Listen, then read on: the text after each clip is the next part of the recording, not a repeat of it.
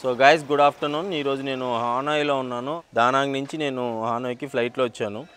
అవన్నీ నేను చూపించలేకపోయాను ఎందుకంటే స్టోరేజ్ లేదు నా ఐఫోన్లో. చాలా ప్రాబ్లమ్స్ ఉన్నాయి ఇంకా. సో హానాయ్ నుంచి ఇంకో విలేజ్కి వచ్చాను. ఇక్కడ స్పెషల్ ఏంటంటే లొకేషన్ చూడడానికి అగరబత్తుల మధ్యలో అదొక విధంగా ఉంటుంది, విచిత్రంగా ఉంటుంది, చాలా బాగుంటుంది. ఈ ప్లేస్ బాగుందంటే హానాయ్ నుంచి దగ్గర నేను 37 కిలోమీటర్స్ ఒక బైక్లో డ్రైవ్ చేసుకుంటూ వచ్చాను. బైక్ కూడా డొక్కు బైక్, ఫస్ట్ కనపడుతున్న బైక్ అదే. ఈ ప్లేస్ ఎలా ఉందో నేను చూపిస్తాను చూడండి. నాకు వచ్చిన వెంటనే ఈ ప్లేస్ చూసిన వెంటనే నేను అనుకున్నది వేరు, ఇక్కడికి వచ్చి చూసిన తర్వాత దీనికోసమా నేను 37 కిలోమీటర్లు డ్రైవ్ చేసుకుంటూ వచ్చాను అనిపించింది. ఇది అదొకటి. మన రామోజీ ఫిలిం సిటీలో సెట్లు వేసి ఫోటోలు దిగమంటారు చూసారా, అట్లుంది సినిమా సెట్ లాగా. నేనేమనుకున్నాను జనరల్గా ఇదంతా ఒక పొలంలో ఇవన్నీ ఏవో చేస్తారు అగరబత్తుల్లాగా, అలా ఉంటుందేమో అనుకుని అన్నీ ఎక్స్పెక్ట్ చేసి వచ్చా. కట్ చేస్తే వీళ్ళు ఫోటోలు దిగడానికి ఒకటి క్రియేట్ చేసినట్టుగా ఉన్నారు. దీనికి ఇద్దరు కలిసి ₹1,00,000 తీసుకున్నారు. ఇది ఇంక ఇప్పుడు ఇక్కడి నుంచి మళ్ళీ హోటల్ చెక్అవుట్ చేసాను. నైట్ మళ్ళీ నేను సాపాకి వెళ్తున్నాను. ఇప్పుడు దీనికోసం నేను దూరం వచ్చాను. చూడండి ఇక్కడికి వచ్చి ఫోటోలు దిగారు వీళ్ళంతా జనాలు. ఇవన్నీ ఇక్కడ గుర్తుగా వీళ్ళు ఫ్రేమ్ కట్టించి పెట్టుకున్నారు. సో ఇట్లా క్యాప్ ఇస్తారు వీళ్ళు. క్యాప్ దేనికి ఇట్లా పెట్టుకొని ఫొటోస్ దిగాలి. అది అక్కడ పైకి ఎక్కి అక్కడి నుంచి ఫోటోలు తీస్తారు. ఇదంతా ఓవరాల్ వ్యూ, ఇట్లా టాప్ వ్యూ నుంచి నేను చూపిస్తాను పైకి వెళ్ళి కూడా మీకు. ఇట్లా టోపీ ఇది ఫ్రీగానే ఇస్తారు, తీసుకున్న ₹1,00,000 ఇస్తారు. ఇవి అగరబత్తీలు. బేసిక్గా నాకు తెలియలేదు ఇందాక క్లియర్గా. ఇవి అగరబత్తీలు అక్కడ అమ్ముతున్నారు, చూడండి చూపిస్తాను. ఇవన్నీ అగరబత్తీలు వీళ్ళు ఇక్కడే తయారు చేశారు. చూడండి ఇవి ఏవైతే ఉన్నాయో అవి అగరబత్తీలు ఇక్కడ తయారు చేసి సేల్ చేస్తున్నారు. ఇవి పుల్లలు. ఈ పుల్లలకు తర్వాత రంగేస్తారు. చూడండి పుల్లలు ఎలా ఉన్నాయో సింగిల్గా. వీళ్ళు పని చేసుకునేటోళ్ళు. రంగులు బాగున్నాయి. ఎవడో నాలాంటి పనికి మాలినోడు ఊరు మొత్తం ఎక్స్ప్లోర్ చేద్దామని ఇడికి వచ్చినట్టుగా ఉన్నాడు. వచ్చిన తర్వాత ఈ రంగులు చూడడానికి చాలా బాగున్నాయని మధ్యలో ఫోటో దిగాడు. దిగి టిప్ ఇచ్చింటాడు వాడు, ఉంచుకోండి ₹1,00,000 అని. అంటే వీళ్ళ కరెన్సీ ₹1,00,000 2,00,000. మన ఈడైతే ఎవడు ఇంగ్లీష్ వాడు అయితే $2-3 ఇచ్చేస్తాడు. $2-3 అంటే వాడికి 2-3 రోజుల జీతం. అది చూసి ఇదేదో బిజినెస్ బాగుంది అని ఇంకా అక్కడో కలర్లు ఇక్కడో కలర్లు నీ అక్క ఫోటోలు ఇంకా ఇచ్చి ఇంకా దీని ఒక టూరిస్ట్ ప్లేస్గా చేసేసి ఇక్కడికి వచ్చి మీరు ఫోటోలు దిగండి, ఇంకా మీరు డబ్బులు ఇవ్వండి అన్నట్టుగా అయిపోయిందనమాట. అది కథ. నాకు తెలిసినంతవరకు చెప్పాను, మరి అదో కథ తెలీదు. అది అనుకుంటున్నా. ఇగో ఇక్కడ పుల్లలు తీసుకొచ్చి అక్కడి నుంచి ఇదిగోండి రంగు నీళ్ళు. ఇది first step, second, third, fourth, fifth, ఇట్లా అన్ని స్టెప్పులు మొత్తం వీటిల్లో ముంచి వీటిని ఆరబెట్టి ఇట్లా ఇదంతా పెద్ద ఫ్యాక్టరీలో ఉంది, చాలా బాగుంది. వీటిని ఆరబెట్టి వీటికి లాస్ట్లో ఆ మందు కుక్కని కుక్క అరుస్తున్నావు అంటే కోసుకొని తింటారు, మరి నీ ఇష్టం. సో పైకి ఎక్కాను నేను. ఈ పైనుంచి చూపిస్తున్నాను మీకు చూపించాలని పైకి వచ్చాను. చూడండి ఓవరాల్ వ్యూ ఎలా ఉందో, మొత్తము ఎంత బాగుందో కదా, చాలా బాగుంది చూడడానికి. అదొక గుర్తు, ఇదొక గుర్తు, ఇదో పొలాల మధ్యలో నడుచుకొస్తున్నట్టు ఫీల్. మొత్తం రామోజీ ఫిలిం సిటీ సెట్ వేసాడు. ఓకే బాగుంది చూడడానికి అయితే. సో ఇంకా నేను ఇక్కడ నుంచి వెళ్ళిపోతున్నాను. ఏం లేదుగా ఇక్కడ చూడడానికి, ఈ మాత్రం దానికే వచ్చాను ఇక్కడికి. దీని వెనకాల బ్యాక్ సైడ్ ఇంకొకటి ఉంది, బాగుంది అది. బట్ మనకి ఇదే చూపించడం వల్ల గూగుల్లో వాటిలో మనము ఇక్కడికి రావడం జరిగింది. సో ఈ కట్టెపుల్లల కోసం చాలా దూరం ట్రావెల్ చేసి వచ్చాను. అది నేను డైజెస్ట్ చేసుకోలేను ఎన్ని రోజులైనా, కానీ బాగుంది చూడ్డానికి బాగుంది. ఎంతసేపు చూసినా నాకు మరి నేను సినిమా వాడిని అన్నందుకేమో రామోజీ ఫిలిం సిటీ గుర్తుకొస్తుంది. ఇవన్నీ ఇప్పుడు చేసినవి, ఫ్రెష్గా చేసినవి, అందుకే ఇవన్నీ ఒక కలర్ ఉన్నాయి, అవి ఒక కలర్ ఉన్నాయి.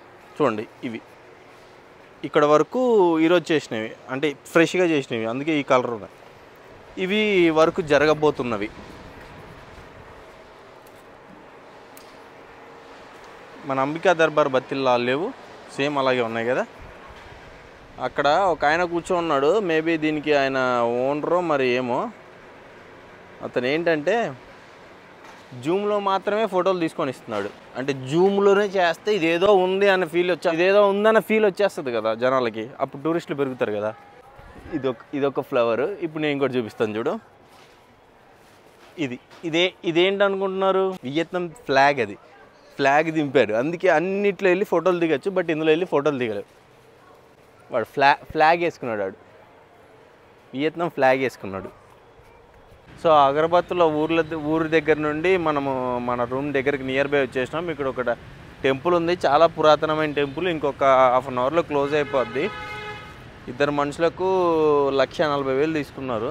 సో వెళ్ళి టెంపుల్ ఏంటి, దీని ప్రత్యేకత ఏంటి చూద్దాం రండి. సో లోపలికి వచ్చేసిన నేను టెంపుల్ లోపలికి. చూడడానికి ఇది మన పూణేలో ఉన్న శనివార వాడలా ఉంది, అదే అట్మాస్ఫియర్ వస్తుంది. బుడ్డోడు చూడండి ఎలా ఆడుకుంటున్నాడు, చూడడానికి అలాగే ఉంది. చాలా పెద్ద పార్కు, టెంపుల్ ఎక్కడో చివర ఉంది. సో ఇది టెంపుల్ ఎంట్రన్స్.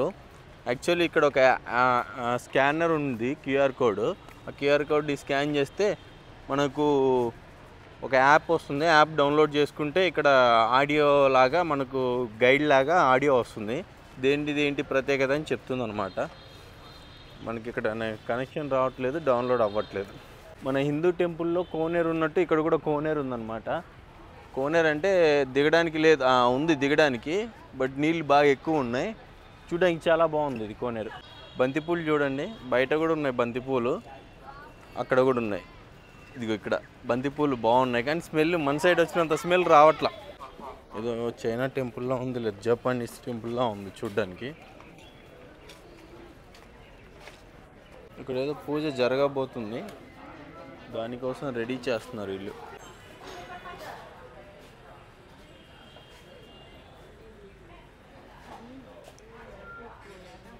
తాబేలు మొక్కుతున్నారు వాళ్ళు.